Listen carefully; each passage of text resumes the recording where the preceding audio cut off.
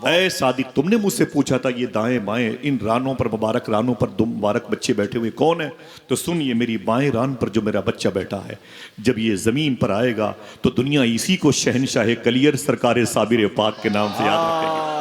सुभान इतना अल्लाह, सुना तो सुभान तड़प अल्लाह, गए। सुभान अल्लाह। फरमाया बाबा जान ये दाहिने आपके रान पर, फरमाया सुन, जब ये शहजादा जमीन पर आएगा दुनिया इसी को शेख अब्दुल कादिर जिलानी के नाम से याद रखेगी। नारे तकबीर। कहा, एक को अब्दुल कादिर कहा जाएगा, एक को साबिर पाक कहा जाएगा, फैजान सरकार गौसे पाक, एक को शेख अब्दुल कादिर कहा जाएगा, एक को अलाउद्दीन साबिर पाक कहा जाएगा।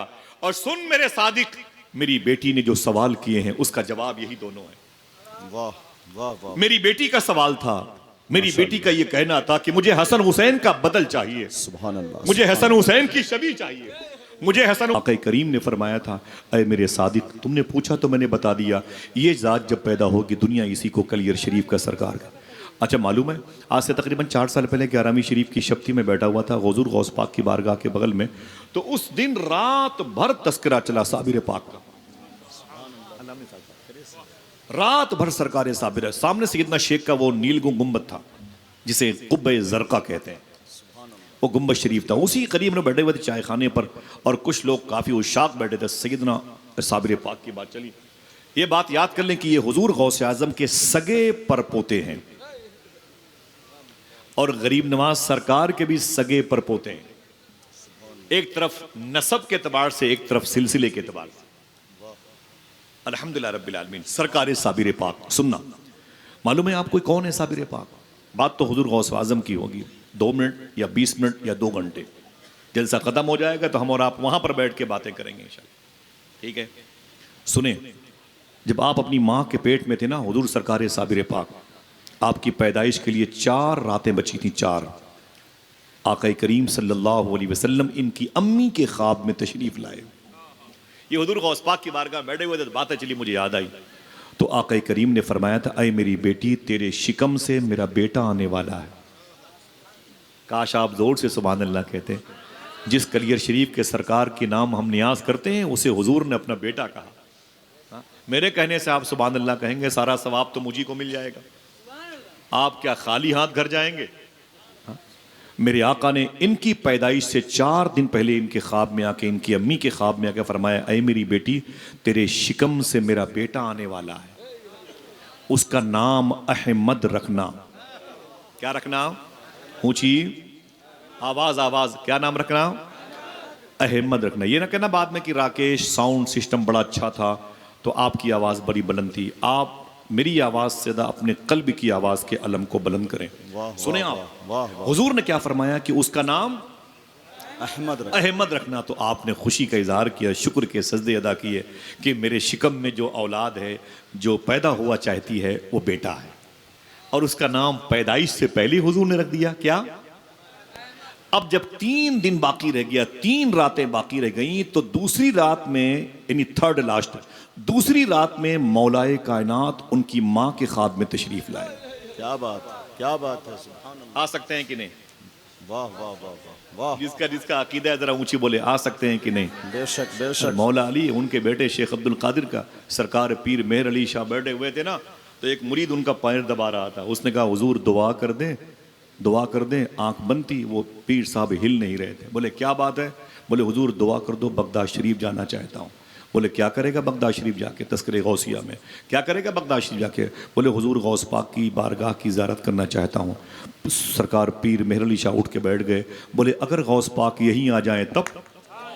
सुभान अल्लाह, इतना सुभान अल्लाह, कहना था। सुभान सामने अल्लाह। सैयदना शेख अब्दुल कादिर जिलानी खड़े। सुभान अल्लाह, सुभान अल्लाह। क्या मतलब? जब बेटे का आलम ये है तो जरा सोचो कि बाप का आलम क्या है, सुभान अल्लाह, क्या होगा। वाह। तो सरकारे मौलाए कायनात दूसरी शब ख्वाब में तशरीफ लाए और फरमाया, बेटी मुबारक हो, तेरे शिकम से मेरा बेटा आने वाला है। सुभान अल्लाह। तेरे शिकम से मेरा बेटा आने वाला है। हुजूर ने उनका नाम क्या रखा था? माशाल्लाह, जीते रहिए, जीते रहिए। क्या नाम? अब ये मौलाए कायनात तशरीफ लाए ना, तो फरमाते हैं कि बेटी, जो तेरे शिकम से मेरा बेटा आने वाला है, उसका नाम अली रखना। सुभान अल्लाह, सुभान हाथों को उठा के बोलो, सुभान अल्लाह। बोलो बोलो बोलो, नारे हैदरी। या अली, बहुत ये नाम अच्छे। जिंदगी अता करता है, जिंदगी अता करता है। वाह वाह, वक्त नहीं है ज्यादा, वाह। पर मैं उसका नाम अली रखना। तो आपने अपने शिकम मुबारका में टटोलना ऊपर से। क्या जुड़ुआ बच्चे हैं क्या?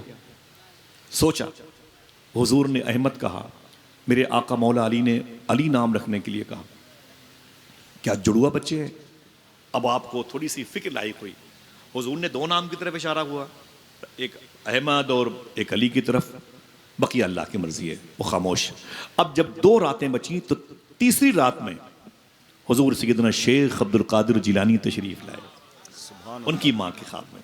फरमाया, बेटी तेरे शिकम से मेरा बेटा आने वाला है और उसका नाम अलाउद्दीन रखना। सुभान अल्लाह, सुभान क्या अल्लाह। रखना, क्या रखना? वाह वाह वाह वाह। बरकत वाला नाम है, जबान से ले अदा लें, कर आप लें, भी बरकत कहें। वाला नाम है। पूरे हिंदुस्तान का निजाम सुभान अकेले अल्लाह। बेइज़्निल्लाह चलाने के लिए मेरे साबिर पाक का क्या बात, सुभान अल्लाह, सुभान अल्लाह। कहते हैं कि उसका नाम अलाउद्दीन रखना। अब कश्मकश में और कि क्या 3 बच्चे हैं क्या? हुजूर ने अहमद कहा, मौला अली ने अली कहा, हुजूर गौस पाक ने अलाउद्दीन कहा। अब जब आखिरी नाइट बची, आखिरी रात बची, अब कल डिलीवरी होगी, आज की रात जैसे सोई तो उनके ख्वाब में अताए रसूल ताजदार चिश्त हश्त बहिश्त सरकार ख्वाजा गरीब नवाज तशरीफ लाए। सुभान अल्लाह, सुभान अल्लाह। और फरमाया, बेटी मुबारक हो, मुबारक हो, मुबारक हो, तेरे शिकम से मेरा बेटा आने वाला है। क्या बात, तेरे शिकम से मेरा बेटा आने वाला है वाह वाह वाह। और उसका नाम साबिर रखना। क्या बात है, लिख लो, काम आएगी बातें। उसका नाम, अल्लाह, सुभान अल्लाह। हाथ उठा के बोलो, क्या रखना? जिंदाबाद, जिंदाबाद, क्या रखना? जिंदाबाद। वाह वाह, साबिर। हाथ उठा के बोला, हक साबिर या साबिर। या साबिर। उसका नाम साबिर रखना। अब जब सुबह हुई तो कश्म फिर वही फिक्र लाहिक थी कि भाई हुजूर ने अहमद कहा, मौला अली ने अली कहा, हुजूर गौस पाक ने अलाउद्दीन कहा और सरकार गरीब नवाज ने उन्हें साबिर कहा। ये 4 नाम बच्चे तो नहीं लगते कि एक से ज्यादा हों। करम हुआ और फिर सरकार साबिर पाक गलियर शरीफ के शहनशाह तवल्लुद पजीर हुए। आपका वरूद मसूद हुआ, आप तशरीफ़ लाए। ज़रा मोहब्बत से कह दें सुभान अल्लाह। जब तशरीफ़ लाए तो फिर तने तनहा थे। नाम तो कितने थे? ऊंची बोले भाई। नाम 4 थे, एक शख्सियत के 4 नाम और फिर वो अकेले, तो 3 के लिए 3 नामों का क्या किया जाए। अब सरकार साबिर पाक को अपनी गोद में लेके आपकी अम्मी जान कहती हैं कि मेरे मौला, आया तो मेरा एक ही बेटा है और नाम इसके 4 है, तो आवाज आई वो 4 नाम मेरे इस साबिर को दे दिया जाए। अलाउद्दीन अली अहमद साबिर पाक। वाह वाह वाह वाह। अलाउद्दीन अली अहमद साबिर पाक। अल्लाह अल्लाह। मेरे आका हुजूर मुफ्ती आदम फरमाते हैं, कैसे काटूं रतियां साबिर, तारे गिनत हूं सैयां साबिर। जब साबिर पाक को देखा तो कहने लगे, बात की मुलाकात की, देखा तो कहने लगे, तोरी सुरतियां प्यारी प्यारी, वाह वाह वाह। अच्छी अच्छी बतियां साबिर। जब उनके मर्तबे को देखा तो खुद नीचे हुजूर मुफ्ती आदम, और मर्तबे को देखा तो कहते हैं, छतियां लगन को कैसे कहूं मैं, तुम हो ऊंची अटरियां साबिर। ये मेरे आका सरकार साबिर पाक की अजीम शान ज़ाहिरी मरातिब का आलम है। हिंदुस्तान के बादशाह हैं, उनके दरबार में जल्द हाजिरी का शरफ मिल जाए, दुआ करें इंशाअल्लाह। इंशाअल्लाह। दिल से बोले इंशाअल्लाह। इनके सगे परदादा का नाम है शेख अब्दुल कादिर जिलानी, जिनके नाम की ये महफिल मुबारक है। हुजूर गौसे आज़म सैयदना शेख यूँ तो पैदा हुए जीलान की ज़मीन पर। जीलान कहाँ है? ये रिश्ते एक एयरपोर्ट है छोटा सा। अब तो उसे छोटा कहना भी अपने छोटे होने की निशानी है। वो वहाँ की सारी चीज़ें बड़ी हो गई हैं। वहाँ से तकरीबन 600 किलोमीटर का फासला है और हुजूर गौसे आज़म की पैदाइश की जगह है जीलान, ईरान में है। ईरान बड़ा प्यारा मुल्क है, मैंने कई मरतबे सफ़र किया। अस्फ़हान इसी मुल्क में है जहाँ मुंबई के वज़ीर मालियत मखदूम बहाउद्दीन शाह अस्फ़हानी पैदा हुए। इसी मुल्क में बुस्ताम एक शहर है जहाँ सरकार बदियुद्दीन जिंदा शाह मदार के पीर कामिल सरकार बायज़ीद बुस्तामी की मज़ार शरीफा मौजूद है। यहीं पर नीशापुर है, नीशापुर जहाँ का फिरोज बहुत मशहूर है। करीब में शेख अबुल हसन खिरकानी की मदार शरीफा मौजूद है।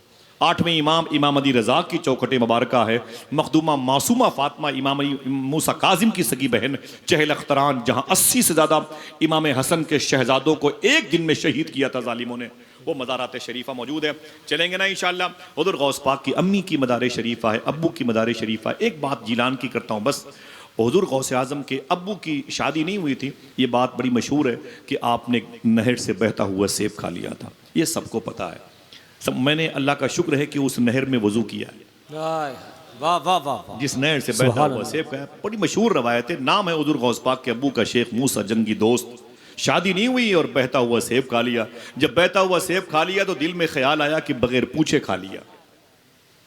मुसलमानों, अगर चाहते हो कि अहले बैत की मोहब्बत दिलों में रहे, एक बात, अहले बैत की मोहब्बत दिलों में रहे, पंजतन का इश्क दिलों में रहे, हमारे बुजुर्गों से हमारे रिश्ते, जो रिश्ते कल्बी है, रूही है, बातनी है, वो जुड़ा हुआ रहे, तो सच बोलते रहा करो और हलाल खाते रहा करो, इंशाअल्लाह। बोले अगर इन दोनों बाबरकत राहों से अलग हो गए तो नस्लें बुजुर्गों की गुस्ताख पैदा होंगी।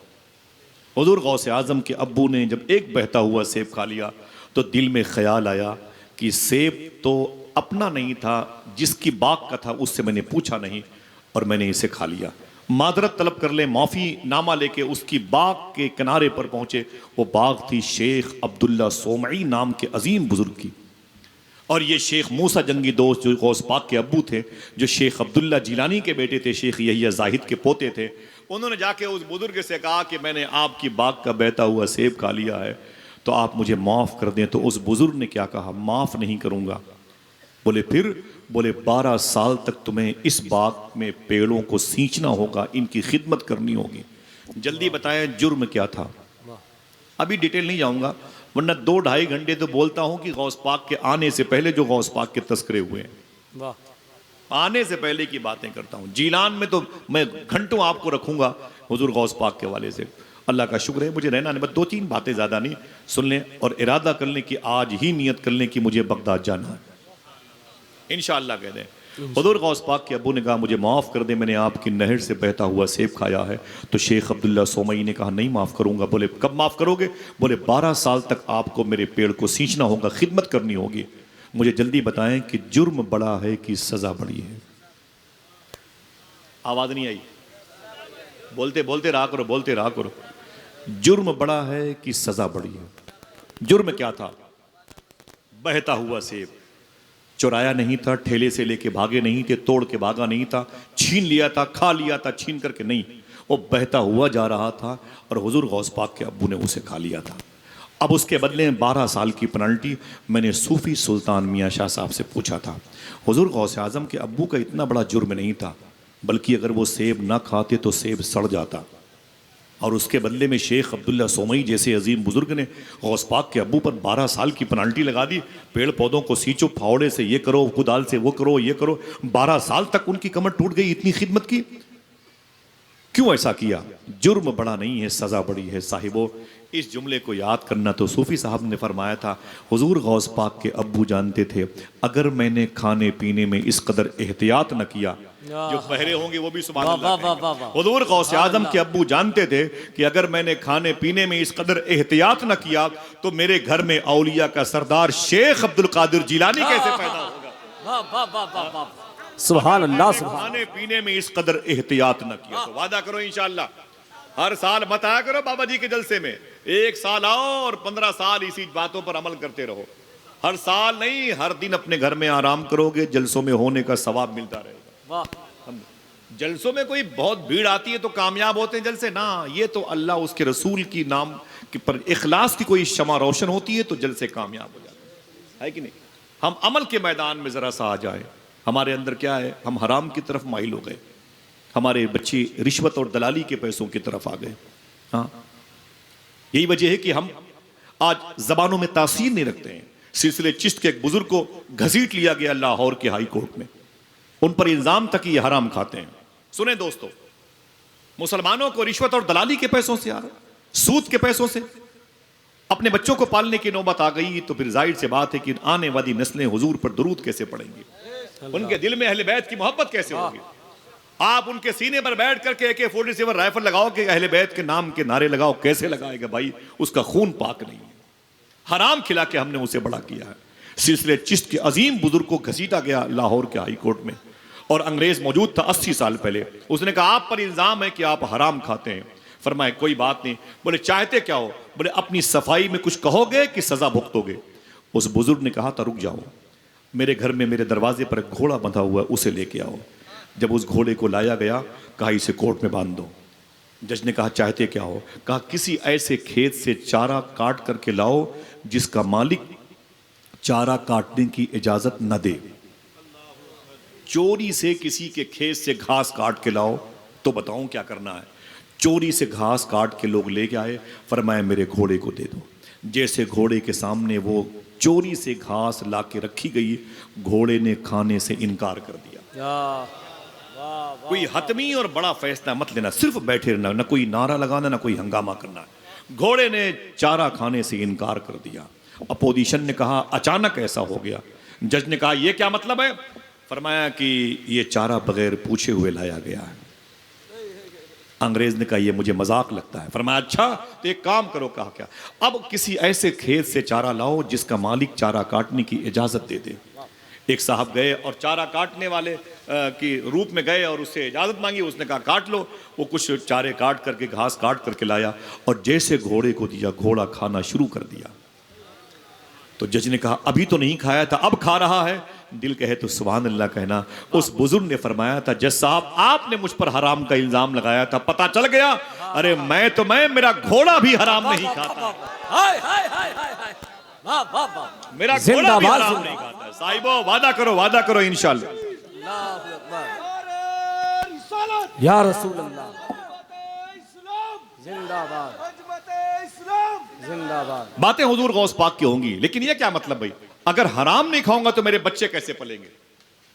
ये नारा लगा दिया हमारे सामने, अगर हराम नहीं खाऊंगा तो हमारे बच्चों के स्कूल के बस्तों का वजन कैसे बढ़ेगा? मौलवी साहब अपनी बातें अपने घर पे रखिए। हराम नहीं खाऊंगा तो मेरी बच्चियों की शादी नहीं होगी। जालिम कहीं के 1 साल तक लॉकडाउन के मौके पर 193 कंट्रीज में 800 करोड़ लोग बैठे हुए थे। 4000 से ज्यादा कौमें, 4000 से ज्यादा जबानें बोल रहे थे।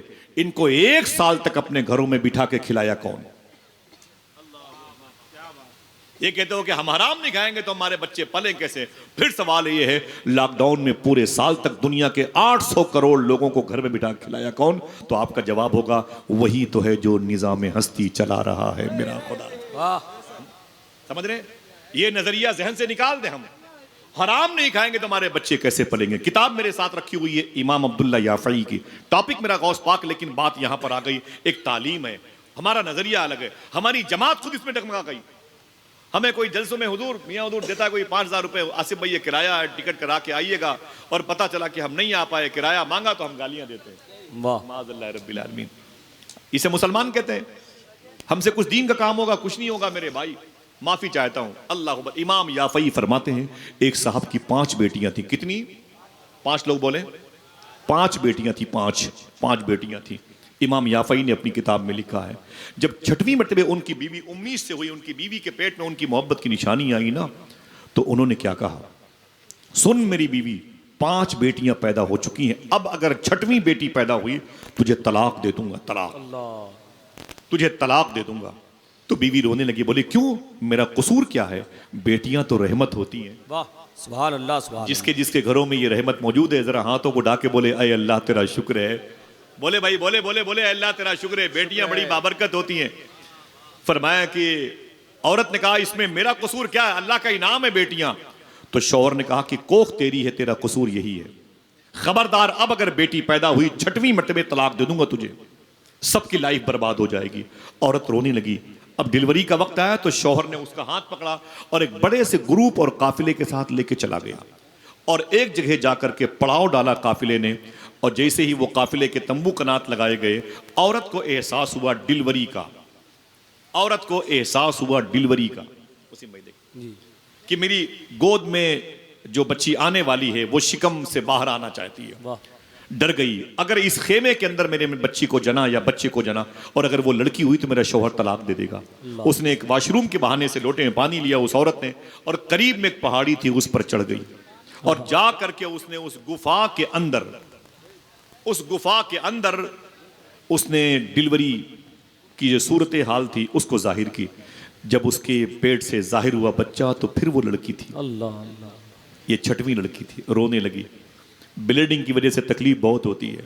जिन माओं को हमने जूतियों को नोक पे घर पे रखा है, पूछो कभी साइंस उनके बारे में क्या कहती है।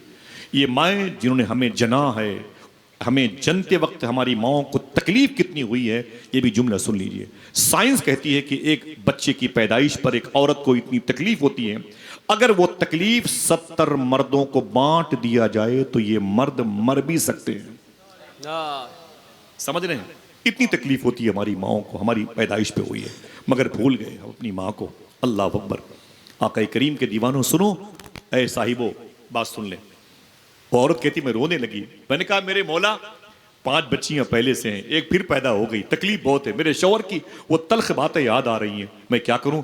जब देर होने लगी तो उस औरत ने क्या कहा, इस बच्ची को लेके अगर मैं नीचे उतरती हूँ, खेमे में जाती हूँ, तो मेरा शौहर तलाक दे देगा, और अगर तलाक दे देगा ना तो एक मेरी लाइफ, मेरे शौहर की लाइफ 2, इसकी लाइफ 3, और 5 बच्चियों के लेकर के 8 जिंदगियां बर्बाद हो जाएंगी। मैं क्या करूं मेरे मौला। अचानक उसके दिमाग में ख्याल आया, वो ये कि इस लड़की को इसी गुफा में छोड़ देते हैं, इसी पहाड़ की खो में इसे छोड़ देते हैं, अल्लाह भरोसे इसे छोड़ देते हैं। नीचे उतरी तो पेट का जो उभार था वो खत्म था। तो शौहर ने कहा तेरे पेट में मेरी मोहब्बत की निशानी थी, वो क्या हुई। तो औरत ने कहा कि वो तो ब्लड बन के खराब हो गई। तो शौहर ने कहा कोई बात नहीं, अगर बेटी होती तलाक दे देता। औरत चुप के रोती, अपनी तकलीफ को छुपाती रही। काफिला 4 महीने के लिए आगे गया। फिर जब वापस आया 4 महीने के बाद, इमाम अब्दुल्ला याफ़ई अपनी किताब में लिखते हैं, जब काफिला 4 महीने के बाद पलटा ना, तो उसी जगह पर फिर क़याम किया, तंबू कनात लगा दिए गए। और लगाने के बाद औरत ने पर्दे से देखा, वही गुफा नजर आई, वही खो नजर आई जिसमें 4 महीना पहले उसने उस बच्ची को जना था। आंखों में आंसू आ गए, मेरी बच्ची इसी में होगी। किसी जानवर ने उसको खाया होगा तो उसकी हड्डियां पड़ी होंगी, किसी जानवर ने उस पर हमला किया होगा तो उसके जिस्म के खून के छींटे दीवारों पे लगे होंगे। मेरी बच्ची ने अपने पैरों से रगड़ते हुए मौत के आगोश में खुद को रखा होगा तो उसके पैरों के निशान होंगे। फिर उसने वॉशरूम का बहाना लिया और उसी पहाड़ी पर रोती हुई जा रही है। देखूं डिलीवरी की जगह, देखूं जचा खाना, देखूं जहां पर मेरी बच्ची की पैदाइश हुई थी। हाय मेरी बच्ची 4 महीने पहले यहाँ छोड़ी गई थी, किसी भेड़िए ने खा लिया होगा, मेरी बच्ची को सांप ने निगल लिया होगा, मेरी बच्ची बड़ी बेदर्दी से वो आखिरी सफ़र पे गई होगी। ये रोते रोते, ये सोचते सोचते जैसे गुफा के दहाने पर पहुंची, सुनना साहिबो, जैसे गुफा के दहाने पर पहुंची, उसने क्या देखा कि अंदर एक हिरनी लेटी हुई है। हिरनी लेटी हुई है और मेरी 4 महीने की बच्ची मिट्टी में अटी और पटी हुई, गर्दो गुबार में लिपटी हुई, उसी हिरनी का दूध पी के मुस्कुरा रही है। वाह वाह वाह वाह वाह वाह। जरा कह दो, ए अल्लाह तेरा शुक्र है। अल्लाह तेरा शुक्र। कितनी बड़ी शान है उसकी। हम और आप भी माँ के पेट में थे। हाँ, सूफी साहब फरमाते हैं जब तुम अपनी माँ के पेट में थे, जो समझेगा वो सुभान अल्लाह कहेगा। जब तुम अपनी माँ के पेट में थे, तुम्हारी माँ खाती थी अपने हिसाब से, लेकिन अल्लाह तुझे देता था तेरे हिसाब से। वाह वाह वाह। हाँ? जिस माँ के पेट में 10 mm की पथरी हो तो पूरा घर रोए, उस माँ के पेट में 2.5 किलो का बच्चा 9 महीने तक जिंदा रहा। पैदा हुआ तो बच्चा मुस्कुराया और माँ मुस्कुराई। ये उसकी कुदरत नहीं तो और क्या है। भूल जाते हो अपने रब को, खुद पैसे आ जाते हैं तो भूल जाते हो अपने रब को, जब दौलतें आ जाती हैं तो उसके भूखे बंदे तुम्हारे सामने होते हैं और तुम पेप्सी, स्प्राइट, थम्स अप की बातें लेके इस चौराहे से उस चौराहे चले जाते हो। तुम्हारे सामने कोई रोटियां मांगता है, तुम उसे गाली देते हो। हाँ, किसी सैयदजादे ने अपनी मजबूरी का इजहार किया तो हम उसका हसब नसब पूछने लगते हैं।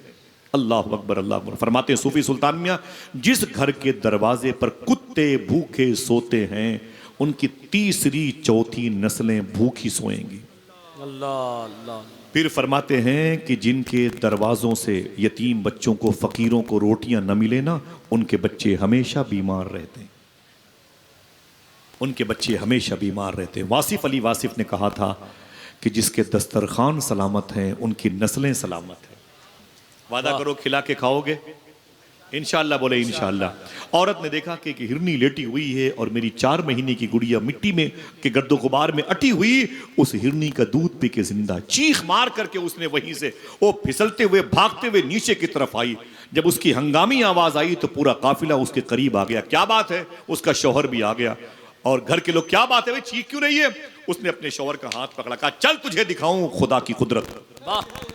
चल चल, तूने मुझसे कहा था अब अगर बेटी पैदा हुई तुझे तलाक दे दूंगा। कहां से लाऊंगा अपनी बच्चियों की शादी के रिश्तों के सामान, कहां से इनकी नशोनुमा की परवरिश के सामान लाऊंगा?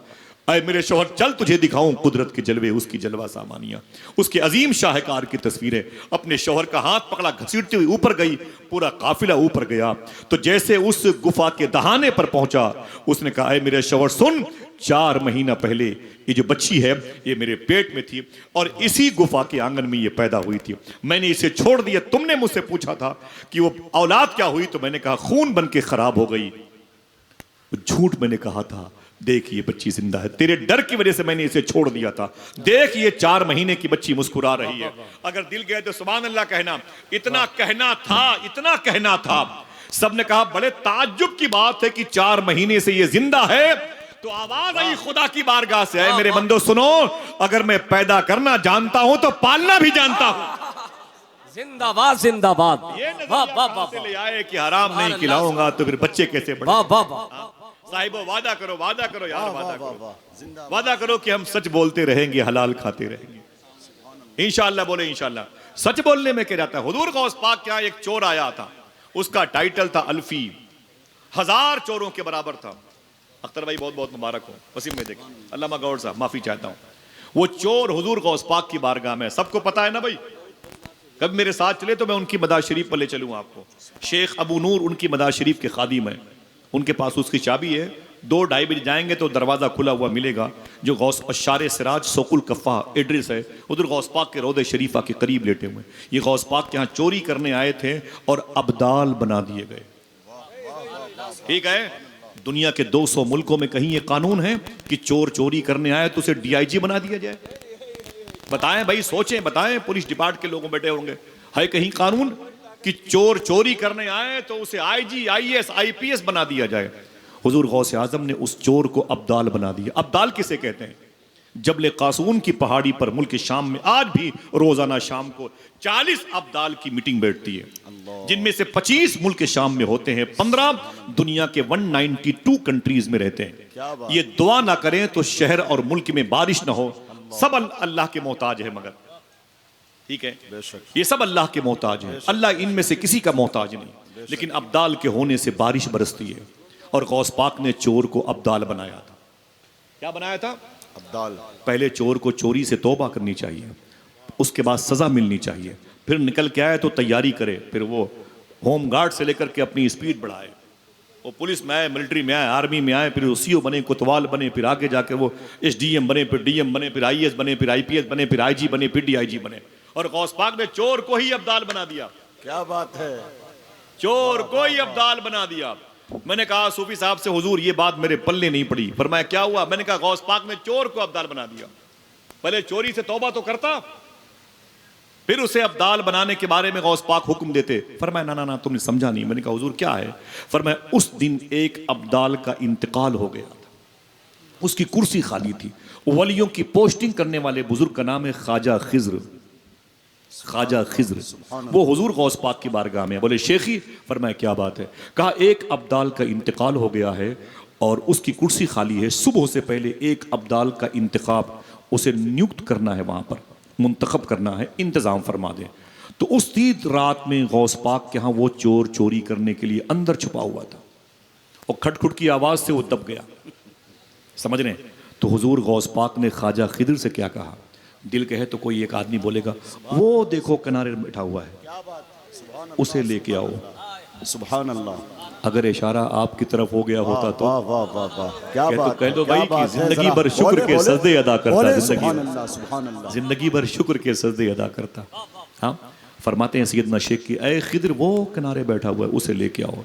जैसे ख्वाजा खिज्र गए ना, गौस पाक ने क्या कहा? वो किनारे बैठा हुआ है, उसे लेके आओ। तो ख्वाजा खिज्र ने क्या कहा? अब्दाल साहब उठिए।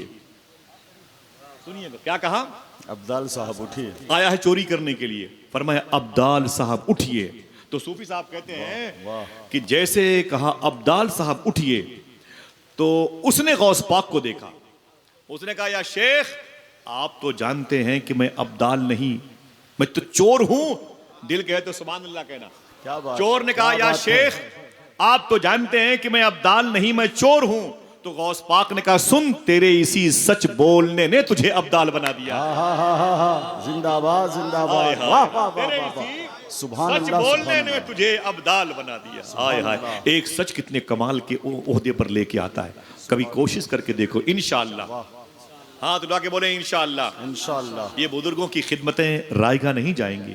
हुजूर गौसे आजम की खिदमतें जिन बुजुर्गों ने की वो राय। कौन है शेख अब्दुल कादिर जिलानी? कौन है शेख अब्दुल कादिर?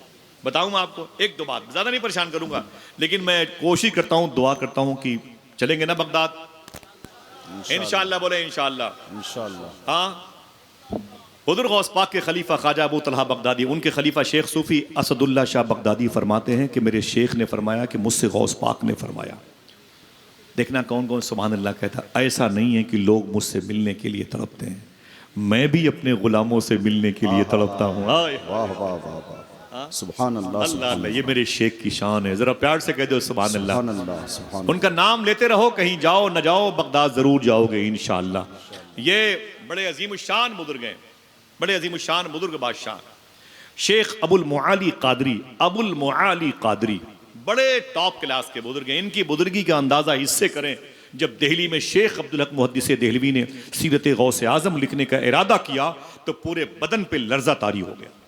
शेख अब्दुल हक मुहद्दिस देहलवी, समझ रहे हैं आप, जो 64 मरतबे ख्वाब में हुजूर की ज़ियारत कर चुके थे। वो कहते हैं मेरे बदन में कपकपाहट तारी हो गई जब मैंने शेख अब्दुल कादिर की मनकबत लिखनी शुरू की। मुझे हुक्म हुआ कि अबुल मुआली कादरी की बारगाह में जाओ।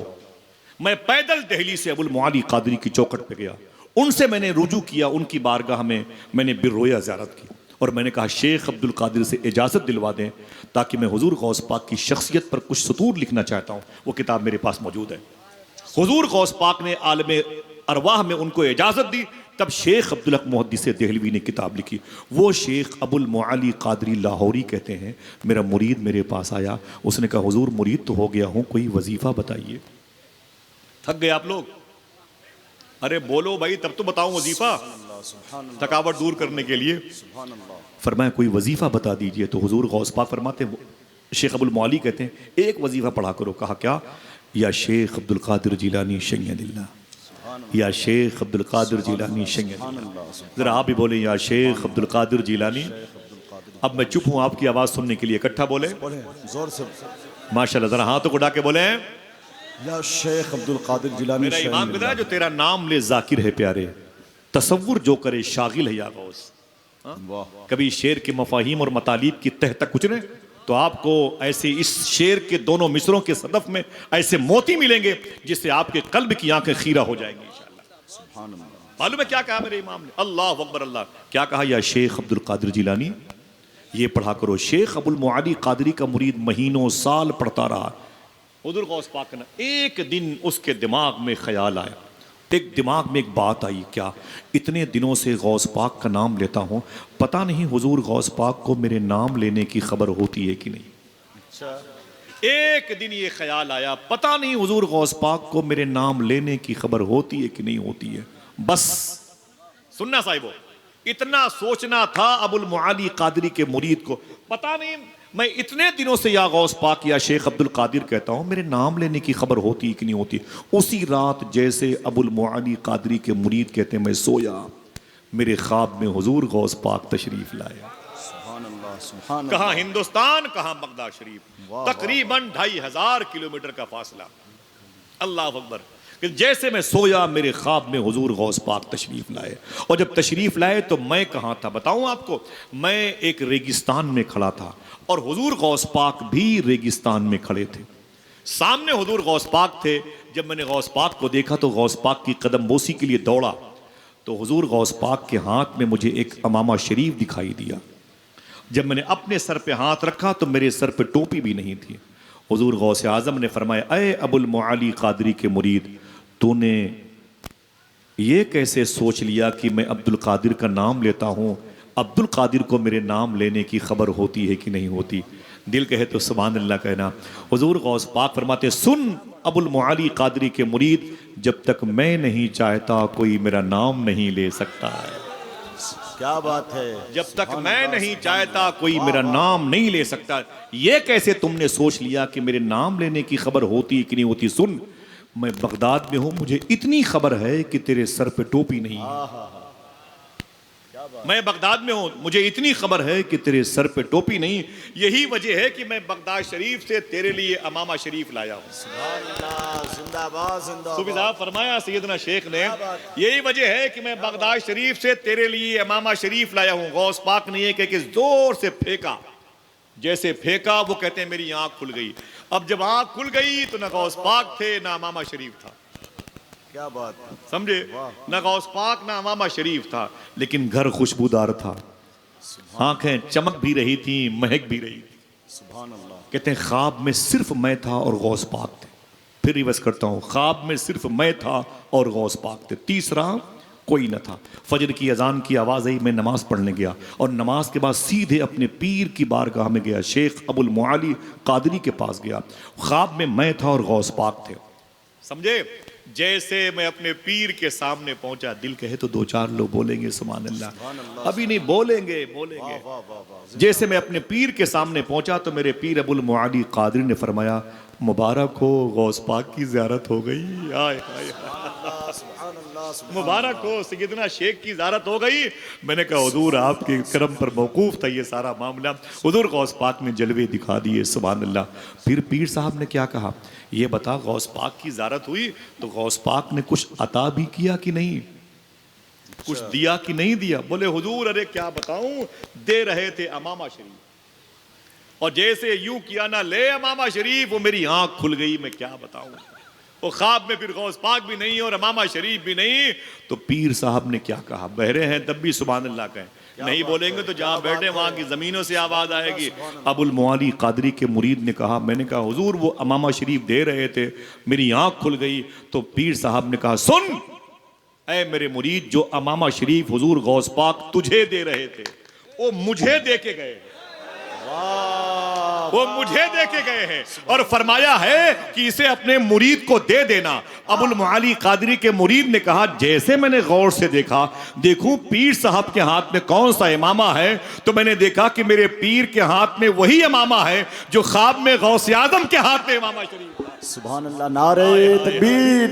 जरा हाथों बढ़ा के, हाथों बढ़ा के जवाब दो माशाअल्लाह। फैजान सरकार गौसे पाक, करामत सरकार गौसे पाक। साहिबो, हुजूर गौस आजम सैयदना शेख को इतनी खबर है, आप यहां पर बैठे हैं, उनको खबर है कि नहीं? बोलो बोलो बोलो बोलो बोलो, खबर है कि नहीं? माशाअल्लाह, ये कलंदर है माशाअल्लाह, कलंदर बैठो, सुभान अल्लाह, बैठ जाओ माशाअल्लाह, बैठ जाओ, जज़ाक। तो आपके यहाँ पर बैठने की खबर, बैठ जाओ माशाअल्लाह। सैयद साहब ने भी बड़े चुन चुन के लोगों को बुलाया माशाअल्लाह, है कि नहीं? बैठ जाए माशाल्लाह, मुबारक हो भाई। पता नहीं कौन किस रूप में, कोई इसमें कोई बहुत सारे मुझे जिन्नात लग रहे हैं, मुझे बहुत सारे है कि नहीं? डॉक्टर इकबाल ने कह दिया इसमें खामोश हूँ कि न पूछ इन खीर कपोशों की, इरादत हो तो देख इनमें वो यदे बैजा लिए बैठे अपनी आस्तीनों में।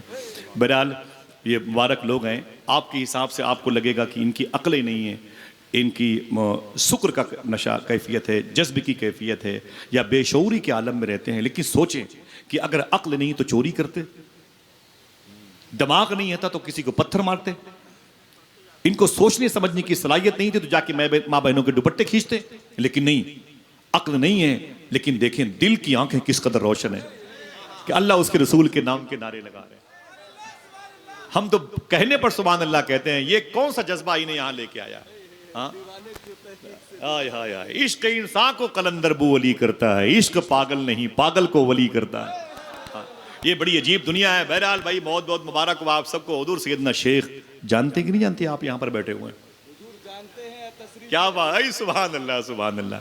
हुजूर गौस पाक के जिक्र का कमाल है। सूफी साहब फरमाते हैं, सुभान अल्लाह। एक और मशहूर खतीब खलीफा हुजूर गुलजार मिल्लत माशाअल्लाह, खतीब अहले सुन्नत वाइज़ शेरी मकाल बुलबुल बंगाल हज़रत अल्लामा अलहाज कारी निसार अहमद साहब रज़वी की आमद हो रही है। नारे तकबीर, नारे रिसालत, हज़रत अलहाज कारी निसार अहमद साहब रज़वी, उलमाए अहले सुन्नत।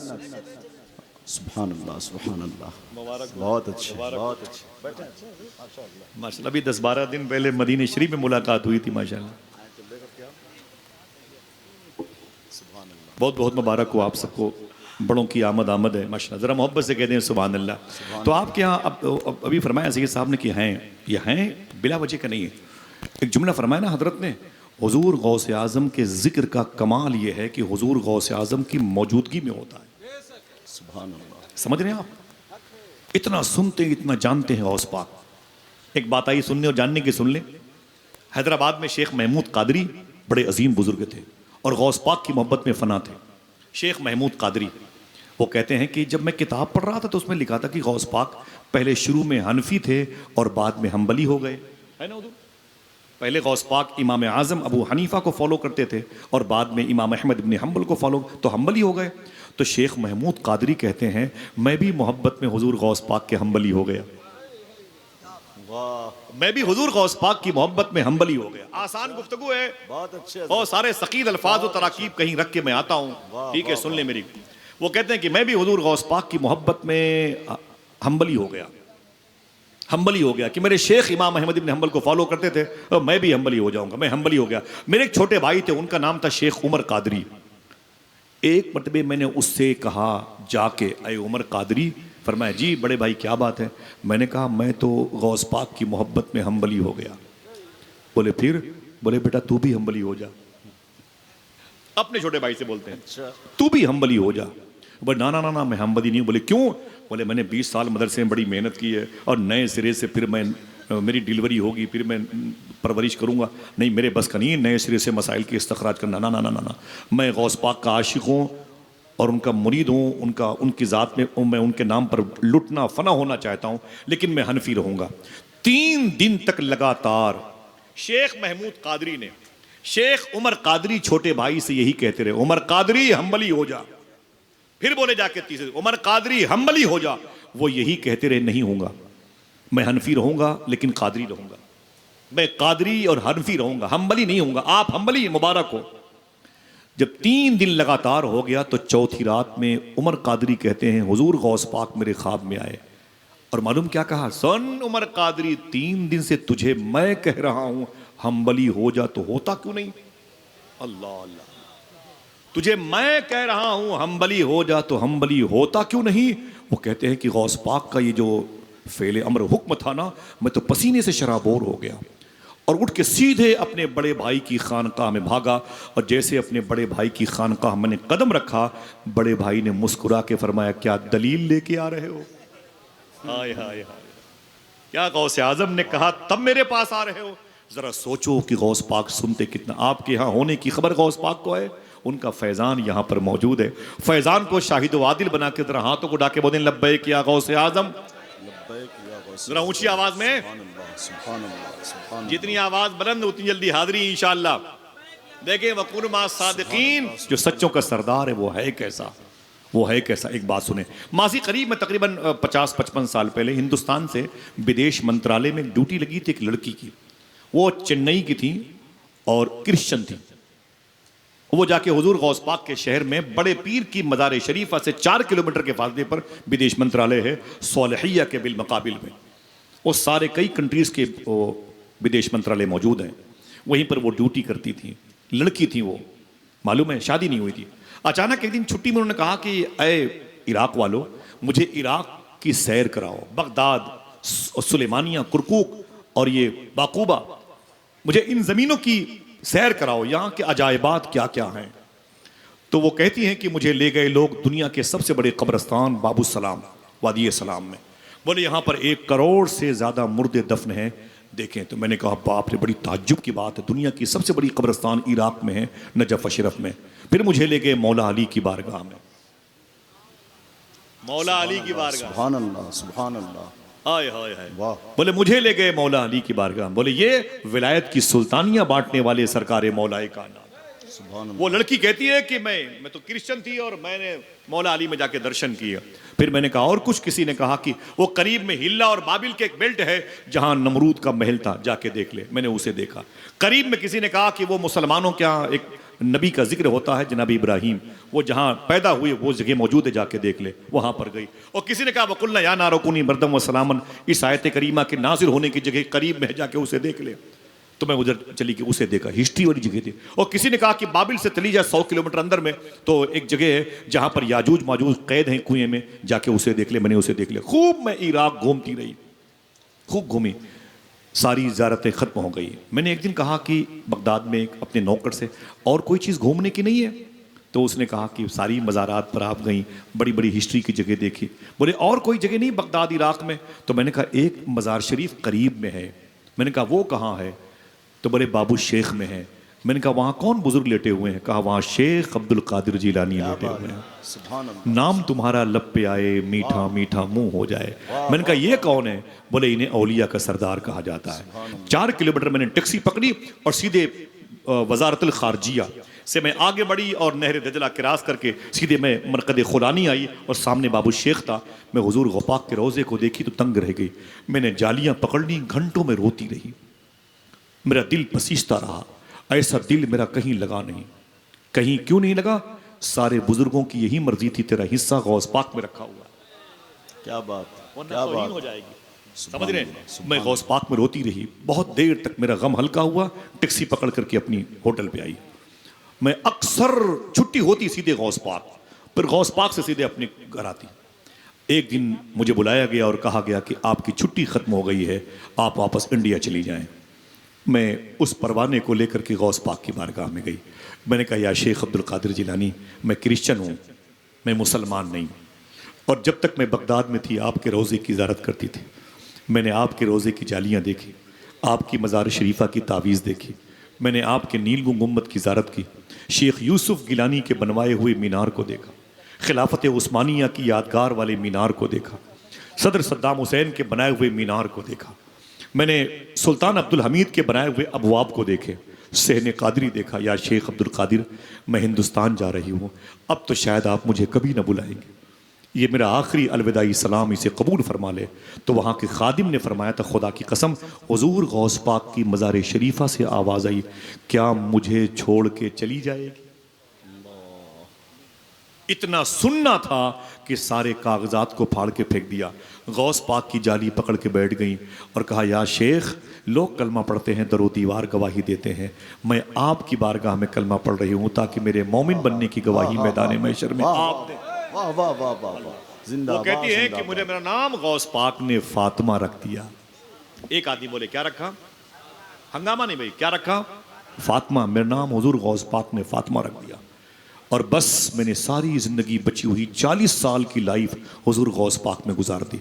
अपने दुपट्टे से गौस पाक की जब बारगाह में झाड़ू लगाती थी, खुदा की कसम इतना मुबारक मर्तबा, इतना मुबारक मर्तबा था फातिमा खाला का, न पूछो आप। मालूम है आपको, मैं जब बाबू शेख में आस्थाने पर मेरा क़याम होता तो मैं अक्सर खाना अपने हाथों से उन्हें खिलाता था।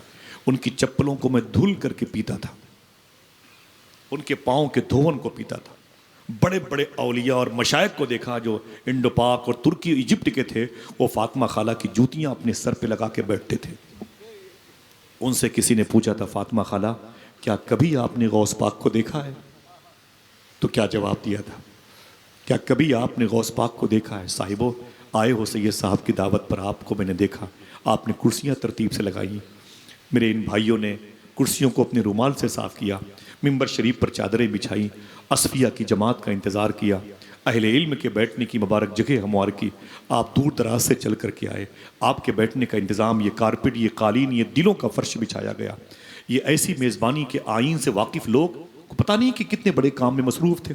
फातिमा खाला अपने दुपट्टे से गौस पाक की बारगाह में झाड़ू लगाती थी। मर्तबा कितना मिला, बड़ा मिला। किसी ने पूछा था, फातिमा खाला क्या आपने कभी गौस पाक को देखा है? तो रोने लगी। फरमाया, सुन क्या बोलता, कभी गौस पाक को देखा है? ऐसा कोई दिन नहीं गुजरता जब मैं शेख अब्दुल कादिर जिलानी से बातें न करती हूँ। क्या बात, अल्लाह अकबर। ऐसा कोई दिन नहीं गुजरता जब मैं शेख अब्दुल कादिर जिलानी से बातें न करती हूँ। मुझसे एक मतलब बोली कि शेख अब्दुल कादिर जिलानी रात में इधर से गुजर के मकबरे जिलानी गया था।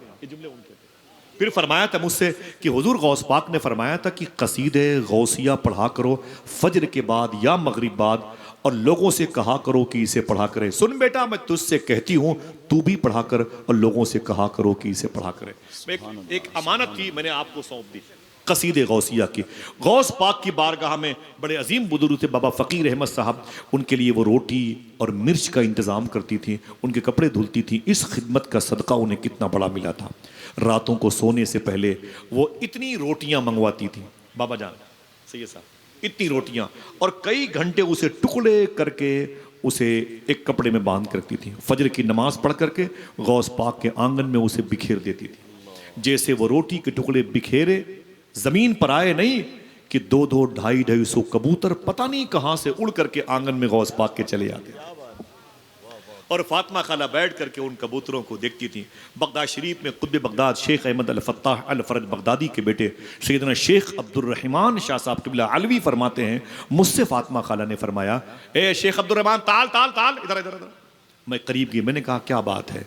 तो फातिमा खाला ने क्या कहा, कबूतर करीब करीब 1-2 कलर के होते हैं, बहुत ज्यादा लाल पीले हरे नीले नहीं होते। सही है ना भाई? सही। बहुत ज्यादा रंगों में तफरीक नहीं होती है, 1-2 कलर के होते हैं बस। फातिमा खाला कहती हैं, अय अब्दुल रहमान, इन कबूतरों को पहचानते हो? अल्लामा गौहर साहब देखें, वाह वाह, सूफी साहब बैठे हुए, वाह, इन कबूतरों को पहचानते हो? तो मैंने कहा नहीं पहचानता। साहिबो, अगर आप नेकियां जमा करने के लिए बैठे हैं तो सुन लें।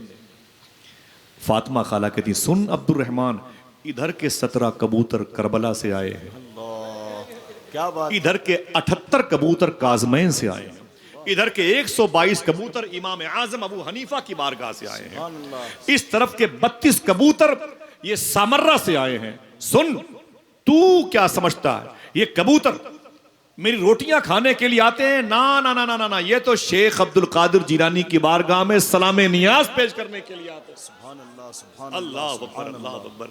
जरा सोचो कि सैयदना शेख की बारगाह में खिदमत करने का फैज कितना बड़ा मिला, समझे? अल्लाह अकबर, अल्लाह अकबर। तो चलेंगे बगदाद शरीफ इंशाअल्लाह। कितने लोग हाथ उठा के बोले कितने लोग इंशाअल्लाह? वो दर देखेंगे, वो दरो दीवार देखेंगे, उस इदारे के करीब से गुजरेंगे जिसके बारे में सैयदना शेख ने फरमाया था कि मेरे मदरसे के करीब से गुजरने वाले बड़े से बड़े अजाब में गिरफ्तार होंगे तो अल्लाह उनके अजाब में तखफीफ फरमा देगा। अब तो खुश हो जाओ कि जनाब असद इकबाल साहब आ गए। सुभान अल्लाह, सुभान अल्लाह, सुभान अल्लाह। चलो चलो सब लोग वहीं चलो, हाँ चलो वहीं चलो जहाँ असद भाई है। अब तो कम से कम एक आदमी नारा लगा दे भाई, उनके आने पर वो आ रहे हैं, अभी तो आपके दरमियान से गए। अल्लाह अकबर, माशाअल्लाह, जरा मोहब्बत से कहते हैं सुभान अल्लाह, सुभान अल्लाह, सुभान अल्लाह। क्या खिताब हो। आपकी आवाजें बड़ी कमजोर हैं, जरा हाथों को उठा के बोलें लब्बैक या गौसे आजम। ये नारा याद कर लो, बगदाद में काम आएगा इंशाल्लाह। लब्बैक या गौसे आदम, लब्बैक या गौसे आदम। हुजूर बस एक आखिरी बात करता हूँ, हुजूर गौसे आदम के बड़े बड़े खुतबा, ऐसे बैठा रहूंगा और आप जैसे लोग ऐसे बैठे रहेंगे। मियाँ हुजूर क्या मुबारक महफिल सजाई है, रूहानियत से लबरेज है माशाल्लाह। तो कई दिन बोलता रहूंगा और कारी निसार साहब किबला को ऐसी ही अपने पुष्ट पनाही के लिए रखे रहूंगा इंशाअल्लाह, है कि नहीं? अल्हम्दुलिल्लाह रब्बिल आलमीन। जरा मोहब्बत से कहते हैं या गौसे आजम, हाथों को उठा के बोले लब्बैक या गौसे आजम। काश बगदाद में घर अपना बनाते जाते, देखते आपके दरबार को आते जाते, देखते आपके दरबार को आते जाते। सुभान अल्लाह। बड़ी मुबारक दरबार है, दहलीज अनवर है सैयदना शेख की। कई मुबारक खुदमा गौस पाक के गुजरे हैं, खुद्दाम शेख बका बिन बतूर, शेख अली इब्न हैती, शेख रजा, शेख अबू हफ्स अल हसनी अल मौसली, सैयदना शेख कबीर अहमद गुजराती, सैयदना शेख मुनव्वर अली शाह इलाहाबादी और सैयदना शेख हुजूर मुइनुद्दीन शाह साहब किबला जैसी अजीम शख्सियत हैं, शेख बारकी जैसी अजीम शख्सियत हुजूर गौस पाक की खिदमत करती थी, समझे? और मालूम है हुजूर गौस पाक ने एक मरतबे क्या इरशाद फरमाया, अपने हुजरे खास से निकले, मैंने गौस पाक का कदीम घर भी देखा है, जदीद घर भी देखा है, ओरिजिनल रोज़े अक़दस भी देखा है। असल मज़ार शरीफा जो गौस पाक की अंदर पत्थर की है, मैंने उसे बोसा भी दिया है। क्या बात, अंदर जो मज़ार शरीफा मौजूद है और ओरिजिनल जो मकान गौस पाक का 900 साल पहले करादा मार्केट में अंदर मौजूद है, उसकी भी ज़ियारत की है। चलेंगे ना इंशाअल्लाह? दिल से बोले इंशाअल्लाह। बहुत सारी बातें गौस पाक के हवाले से करता हूँ, लोग बोलते हैं यार ये कहाँ है, ये कहाँ है, ये कहाँ। अरे हम दरगाही मिजाज के आदमी हैं, ठीक है कि नहीं? हम इश्क के बंदे हैं, क्यों बात बढ़ाई है? हाँ माशाअल्लाह। आशिक ने 2 कदम में दरे यार पा लिया। हाँ, जाहिद का खानदान अभी तक सफर में। लेकिन बता दूं, एक नुक्ता भी मैंने हुजूर गौस पाक के बारे में ऐसा नहीं कहा जिसकी दलील ना हो। अल्हम्दुलिल्लाह रब्बिल आलमीन। मुझे भी अपनी आखिरत प्यारी है, और कौन क्या कहेगा यार, ये नाकिस ज़बान गौस पाक की बातें कहाँ कर पाएंगे। और शेख अब्दुल कादिर जिलानी फरमाते हैं कि सुनो, मेरे दादा ने फरमाया था, मन ज़ारा कब्री वजबत लहू शफाअती, जिसने मेरे रोज़े की ज़ियारत की उस पर मेरी शफाअत वाजिब है। जिसने ज़ियारत की उस पर मेरी शफाअत वाजिब है। मैं उस दादा का बेटा अब्दुल कादिर कह रहा हूं, जो मेरी इस गली से गुजर जाएगा उस पर मेरी शफाअत वाजिब है। जो किस किताब में लिखा है, चलो बगदाद शरीफ, तो मशाइख बगदाद की ज़बानों कलम से आपको दिखा दूं। शेख अब्दुल करीम बयारा, बहुत बड़ा नाम है, दिन के उजाले में गौस पाक से बातें करते थे। शेख अब्दुल करीम बयारा, बयारा शुमाली कुर्दिस्तान में है, इराक ईरान के बॉर्डर पर है, 1.5 लाख औलिया का शहर है। इन्हें मुहद्दिसे इराक कहते थे, मुफ्ती आजम इराक कहते थे। शेख अब्दुल करीम बयारा, कारी निसार साहब किबला और जिया भाई बैठे हुए हैं, इन दोनों ने शायद इनकी मदार शरीफा पर हाजिरी दी है। मरकद जीलानी में शेख नक्शबंद रहमतुल्लाह तआला अलैह के रौदे शरीफा के करीब उनके मदार शरीफ अंदर मौजूद है। इनसे किसी ने पूछा था, गौस पाक ने फरमाया कि जो इस गली से गुजर जाएगा उस पर मेरी शफाअत वाजिब है। इस कौल के बारे में आप क्या कहते हैं? आपने फरमाया, मुझे नहीं मालूम कि हुजूर गौस पाक ने ये बात क्यों कही। देखना कौन कौन सुभान अल्लाह कहता है। मुझे नहीं पता कि गौस पाक ने ये बात क्यों कही, हाँ इतनी बात मालूम है कि मैंने इस गली से मदीने वाले आका को 12 गुजरते हुए देखा है। हाय हाय हाय हाय। तो गोया गुजर का है, मुस्तफ़ा है, इसलिए राह बहिश्त बन गई। जरा प्यार से कह दो सुभान अल्लाह। ये खादिमों की एक बड़ी लंबी टीम है, बड़ी लंबी टीम है, बड़ी लंबी टीम है। इनके नाम मैंने गिनाए, गौस पाक के शजरा, गौस पाक के अजदाद, गौस पाक के अमजाद, आपके खुलफा, आपके तलामजा, माकबल माबाद फी ज़माना, जितने मशाइख मौजूद हैं, एक लंबी फेरिस्त मौजूद है। 2 से 3 मिनट की आखिरी बात, जरा फिर से कहते हैं, लब्बैक या गौस आज़म। हुज़ूर गौस आज़म सैयदना शेख अपने बारगाह से निकले ना, तो आपके खादिम थे अली इब्न हैती, अली इब्न हैती या बका बिन बतू थे। और एक इलाका है जिसे बोलते हैं शूनीजिया, अब उसे करख का नाम दिया गया, करख का। बहुत बड़ी ये जमीन है जिसके एक दामन में शेख जुनैद बगदादी लेटे हुए हैं। मेरे कहने से पहले सुभान अल्लाह कह दो, इसी में तुम्हारी भलाई है। लहजे कज़ा ना होने पाए, जरा फिर से बोल दो। शेख जुनैद बगदादी, उनके पीर शेख सिरी सख्ती, वहीं पर बहलोल दाना लेटे हुए हैं, वहीं पर जुन्नून मिस्री लेटे हुए हैं, वहीं पर यूशा बिन नून लेटे हुए हैं, वहीं पर सरकारे मौलाए कायनात के खलीफा ख्वाजा हसन बसरी और उनके खलीफा ख्वाजा हबीब अजमी, उनके खलीफा शेख दाऊद ताई लेटे हुए हैं, वहीं पर शेख मारूफ करखी लेटे हुए हैं, वहीं पर तफसीर रूहुल मानी के मुफस्सिर शेख महमूद आलूसी लेटे हुए हैं, वहीं पर जनाबे हारून रशीद की बीवी जुबैदा लेटी हैं, वहीं पर मोहब्बतों के इमाम मंसूर हल्लाज लेटे हुए हैं। उसी कब्रिस्तान से गौस पाक गुजरे तो एक कब्र के करीब बैठ गए गौस पाक, और इतनी देर तक दुआ करते रहे, दुआ करते रहे, दुआ करते रहे कि आपके जो खादिम थे परेशान हो गए।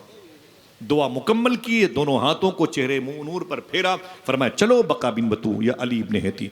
जैसे आगे बढ़े बोले शेखी, फरमाया क्या बात है, इतनी देर तक खिलाफ मामूल किसी कब्र पर आप कभी नहीं बैठे, आज एक कब्र पर इतनी देर तक क्यों बैठे रहे? साहिबो सुनना गौर से। 1 मिनट की बात। तो हुजूर गौस आज़म फरमाते हैं, बात यह है कि ये मेरे उस्ताद शेख हम्माद दब्बास की कब्र है। शेख हम्माद दब्बास की, शेख हम्माद, बोलो बोलो, शेख हम्माद दब्बास की कब्र है। तो बोले हुजूर फिर? बोले मैं करीब से गुजरा तो मैंने सोचा कि सलाम कर लूं।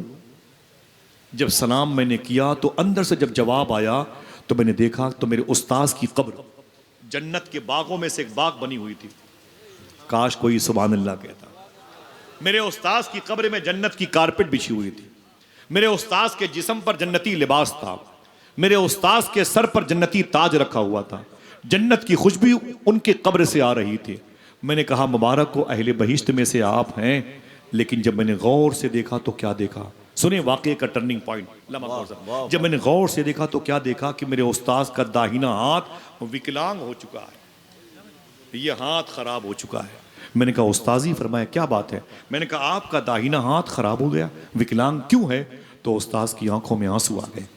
बोले अय अब्दुल कादिर, 18 साल की उम्र में जब तू पढ़ने के लिए आया था, सर्दी का मौसम था, तू तेरे कुछ क्लास फेलो स्टूडेंट्स, हम सबक साथी तेरे साथ मेरे पीछे पीछे नहरे दजला के किनारे चल रहे थे।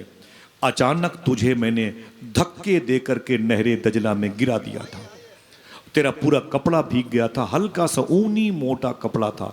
एक बात लिख लो, हुजूर गौसे आजम की उम्र शरीफ 91 ईयर से है, 9 कम 100 साल, लेकिन हुजूर गौसे आजम ने कभी सूटर नहीं पहनी, मोटे कपड़े कभी नहीं पहने।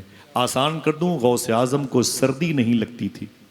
अच्छा, वाह, लिख लें, काम आएगी बातें। वाह, वाह, कंपोज खा के नहीं बैठा हूँ, एविल और कोक सिरप पी के नहीं बैठा हूँ, होशो हवास में हूँ। बहुत अच्छे, और बड़े सरकारों की मौजूदगी बोलता हूँ, बहुत समझे। और एक बात सुन लें, अगर दिल कहे तो एक आदमी बोले सुभान अल्लाह, एक आदमी बोलता है तो एक आदमी बहुत है। मालूम है, हुजूर गौसे आजम ने कभी जमीन पर थूका नहीं। क्या बात। सैयदना शेख ने कभी जमीन पर थूका नहीं। 91 ईयर्स, कुल्ली करना अलग माने में। पूछा गया बुजुर्गों से, हुजूर गौसे आजम ने जमीन पर कभी थूका नहीं। ये किताब में शेख अब्दुल हक फरमाते हैं, खुदा कसम मचल जाना, तो फरमाते हैं सही लिखा हुआ है। पूछा गया इसमें ये सदाकत पर मबनी है मिस भाई साहब, क्या हुजूर गौस पाक ने कभी जमीन पर थूका नहीं? फरमाया नहीं थूका। फरमाया क्यों? अगर दिल कहे तो कहना सुभान अल्लाह। फरमाते हैं कि अल्लाह ने हुजूर गौसे आजम के थूक में भी विलायत रखी थी, और विलायत को जमीन पर बहाया नहीं जाता है। अल्लाह अल्लाह अल्लाह, विलायत को फेंका नहीं जाता। अल्लाह अकबर, अल्लाह अकबर। हुजूर गौसे आजम ने कभी सख्त सर्दी में भी आपने मोटे कपड़े नहीं पहने। 18 साल की उम्र में कभी कभी जब दौरान तालिब इल्म वो अपनी जात को रखे थे सामने, तो हल्का सा मोटा कपड़ा पहन लेते थे, वरना कभी नहीं पहनते थे। यहां तक कि सख्त सर्दी में खुदाम पंखा जला करते थे। एक बात और लिख लें, कभी हुजूर गौसे आजम की नाक मुबारक, नाक से गंदा पानी, रुतूबत बोलते हैं ना, कभी हुजूर गौसे आजम की नाक मुबारक से गंदा पानी कभी नहीं निकला। क्यों नहीं निकला? मेरा इमाम कहता है कि तू है ऐने नूर, तेरा सब घराना नूर का।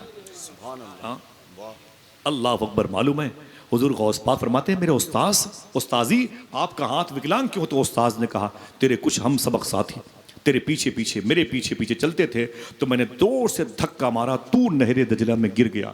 उस दिन तेरा कपड़ा हल्का सा मोटा था, सख्त सर्दी थी, तेरी पगड़ी भीग गई, तेरा लिबास भीग गया, तूने पगड़ी को निचोड़ा, फिर सर पे बांध लिया, और कपड़े को निचोड़ कर फिर पहन लिया, और तुझे हल्की सी सर्दी का एहसास हो रहा था। तेरे साथियों ने मजाक उड़ाया, तो मैंने डांट के कहा, चुप, अब्दुल कादिर का मजाक ना उड़ाओ, मैं तो इसके सब्र का इम्तिहान ले रहा था, इसलिए मैंने इसे धक्के मार के नहरे दजला में गिरा दिए थे। फरमाते हैं गौस पाक, उस्ताजी ये सब बातें छोड़ दे, आपका ये दाहिना हाथ विकलांग क्यों है? सुने साहिबो। उस्ताज की आंखों में आंसू आ गए। अल्लाह के हुजूर जब मेरे इंतकाल के बाद मेरी पेशी हुई, तो अल्लाह ने मुझसे कहा, तू हम्माद दब्बास है? मैंने कहा हाँ मेरे मौला। अल्लाह ने कहा, तू तो मेरा दोस्त है? मैंने कहा तेरी तौफीक से। अल्लाह ने कहा, तू रातों को मेरे हबीब पर दरूद पढ़ता था? तो मैंने कहा वो भी तेरी तौफीक से। अल्लाह ने कहा, तेरे दिल में मेरा बड़ा डर था, बड़ी खशीयत थी, बड़ा खौफ था। मैंने कहा ये खशीयत भी तेरी तौफीक से। तूने बड़ी ही कुरान के पारों की तिलावतें की हैं, रातों को जाग करके मेरे फरिश्तों को गवाह बना के कुरान की तिलावतें की हैं, और आदो वज़ाइफ की के मामूलात में लगा रहा। तो मैंने कहा मेरे मोला वो सब तेरी तौफीक से। अल्लाह ने कहा, सुन, तू बड़े दर्जे का मालिक है हम्माद दब्बास, जन्नत में तेरा ये आला मकाम है, लेकिन सुन अय हम्माद दब्बास, जिस हाथ से तूने मेरे अब्दुल कादिर को नहरे दजला के किनारे धक्के मारे थे, उस हाथ की ताकत को छीन लूंगा। बच्चों का खेल समझ रहा है? हाँ, अल्लाह अकबर। जिस हाथ से तूने मेरे अब्दुल कादिर को धक्के मारे थे, उस हाथ की ताकत को छीन लूंगा। पर मैं बस मेरा हाथ विकलांग हो गया। जब पूरे वजूद को देखता हूँ तो खुश होता हूँ, हाथ को देखता हूँ तो आंखों से आंसू आते हैं। हुजूर गौसे आजम सैयदना शेख ने फरमाया, सुने आप तड़प जाएंगे, अय मेरे मुरीद बका बिन बतू सुन। जब मैंने उस्ताद की ये कैफियत देखी तो अपने हाथों को उठा के मैं दुआ करने लगा। मैंने कहा, अय मेरे मौला, माफ़ कर दे मेरे उस्ताद के इस मुबारक उस अमल को माफ़ कर दे, और उस अमल को मुबारक अमल में तब्दील कर दे। मेरे उस्ताद के इस अदा को तू अपनी बारगाह में कबूल फरमा, जो मुझसे मोहब्बत करने वाली इनके दिल में थी। तू कादिर मुतलक है, तू फ़ाइल हकीकी है। अय मेरे मौला, कोई सबब पैदा फरमा, मेरे उस्ताद के हाथ को दुरुस्तगी अता फरमा। साहिबो, दिल कहे तो सुभान अल्लाह कहना। हुजूर गौस पाक फरमाते हैं, बका बिन बतू सुन, जब मैं अपने उस्ताद के हाथों की दुरुस्तगी की दुआ कर रहा था, उनकी कब्र के पास बैठ करके, तो 5000 फरिश्तों की जमात को गवाह बना करके 5000 औलिया अपनी अपनी कब्रों में खड़े होकर के मेरी दुआ पर आमीन कह रहे थे। और मैं उस वक्त तक दुआ करने में से अपने आप को पीछे न रखा, आगे बढ़ता ही चला गया जब तक अल्लाह ने मेरे उस्ताद के हाथों को सही सालिम न बना दिया। हाय हाय हाय हाय, ये तो अदब के दायरे में अमल था, शेख के इम्तिहान, वरना मेरे इमाम ने क्या कहा था कि अल अमा कहर है ए गौस वो तीखा तेरा, मर के भी चैन से सोता नहीं मारा तेरा। समझ रहे हैं, ये सैयदना शेख अब्दुल कादिर जिलानी के वो मरातिब ज़ाहिरी और बातनी है। दुआ करो इंशाअल्लाह अल्लाह हम सबको गौस पाक के फ़कीरों में शामिल फरमा दे, अल्लाह कादरी खाकरूबों में शामिल फरमा दे, हुज़ूर गौस पाक के लंगर खाने की ज़ारत नसीब फरमा दे, हुज़ूर गौस पाक की दहलीज़ पर हाज़री की तौफीक बख्शे। ये शेर पढ़ता हूँ हुज़ूर गौस पाक की बारगाह में, जब इस साल में मैंने इन बुज़ुर्गों की जूतियाँ चूमी ना, तो इस साल में मैंने तकरीबन 6 मरतबे मेरी हाज़री हुई है। इस साल में इमिग्रेशन काउंटर में फंस जाता हूँ ज़बरदस्त, बड़ी तफ्तीश होती है, घंटों के बाद छोड़ता हूँ, लेकिन जब गौस पाक को याद करता हूँ तो अब तो वो भी पहचान गए हैं, समझे। एक शेर पढ़ता हूँ, सरकार ये नौबत क्यों आए, और गलियों से तो कुछ भी नहीं लेना मुझको, और गलियों से तो कुछ भी नहीं लेना मुझको, बस तुझे देखने आऊँगा चला जाऊँगा, अपनी दहलीज पे कुछ देर पड़ा रहने दे, जैसे ही होश में आऊँगा चला जाऊँगा। बड़े सफ़र होते हैं, दुआ करो कोई ऐसा सफ़र हो कि बस ये दुआ कबूल हो जाए। काश बगदाद में घर अपना बनाते जाते, देखते आपके दरबार को आते जाते। कभी जाओगे बगदाद तो कहोगे आसिफ बातें तूने बगदाद की बड़ी की हैं, लेकिन तुम झूठ बोलते रहे, तुमने जितनी बातें गौस पाक की हैं उससे भी आला दरबार गौस पाक का है, उससे भी ज़्यादा जाज़बियत गौस पाक की बारगाह के दरो दीवार में है। आज भी बगदाद शरीफ जाता हूँ तो घंटों घंटों मैंने बताया अपने दोस्तों को, मैं गौस पाक के यहाँ लेटरिन साफ़ करता हूँ, बड़े पीर के मेहमानों के जूते चप्पल को अपनी टोपियों से साफ़ करता हूँ। शायद मेरे शेख का मुझ पर करम हो जाए, करम हो जाए, अल्लाह मेरे दिलों को पाक कर दे। और गलियों से तो कुछ भी नहीं लेना मुझको, बस तुझे देखने आऊँगा चला जाऊँगा, अपनी दहलीज पे कुछ देर पड़ा रहने दे, जैसे ही होश में आऊँगा चला जाऊँगा। दुआ करो इंशाअल्लाह अल्लाह हम सबको हुज़ूर गौस पाक की बारगाह का जारोब कश बना दे। चलेंगे बगदाद इंशाअल्लाह। दरमियान में से फिर एक शख्स खड़ा हो और गौस पाक की मोहब्बत में एक नारा लगाए, मेरे सलाम का जवाब दे। एक आदमी खड़ा हो दरमियान से, जल्दी खड़े हो जाए वरना वो कलंदर खड़ा हो जाएगा। कोई आदमी नहीं, सब दूसरी मखलूक बैठी हुई है। ऊंची आवाज में, ऊंची आवाज में, जरा हाथों को उड़ा के जवाब दीजिए, हाथों को उड़ा के जवाब दीजिए।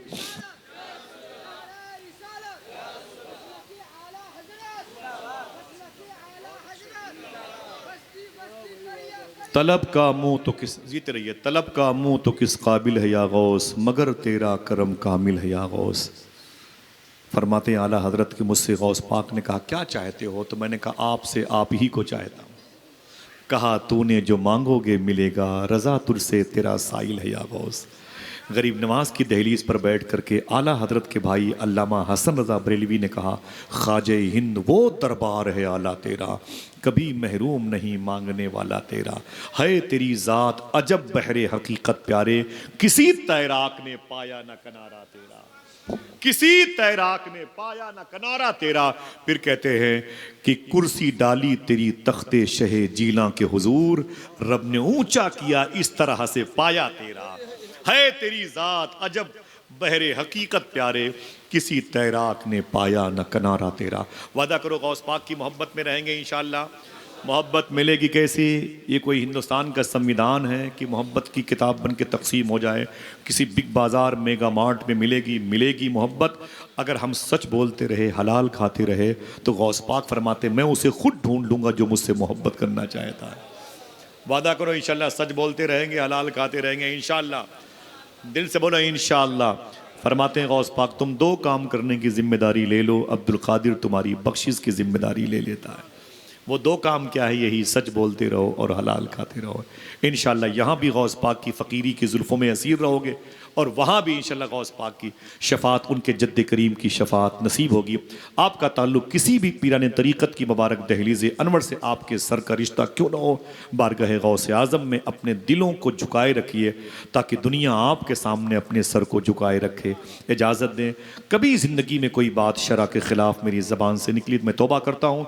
अस्तग़फ़िरुल्लाह रब्बी मिन कुल्लि ज़ंबि व अतूबु इलैहि, ला इलाहा इल्लल्लाहु मुहम्मदुर रसूलुल्लाह सल्लल्लाहु अलैहि वसल्लम, नूरे निगाहे मुस्तफ़ा, फ़र्ज़िंद हसने मुश्तबा, नस्ले शहीद करबला, सुल्तान अब्दुल कादिरस्त। इजाज़त दें, अस्सलामु अलैकुम व रहमतुल्लाहि व बरकातहू।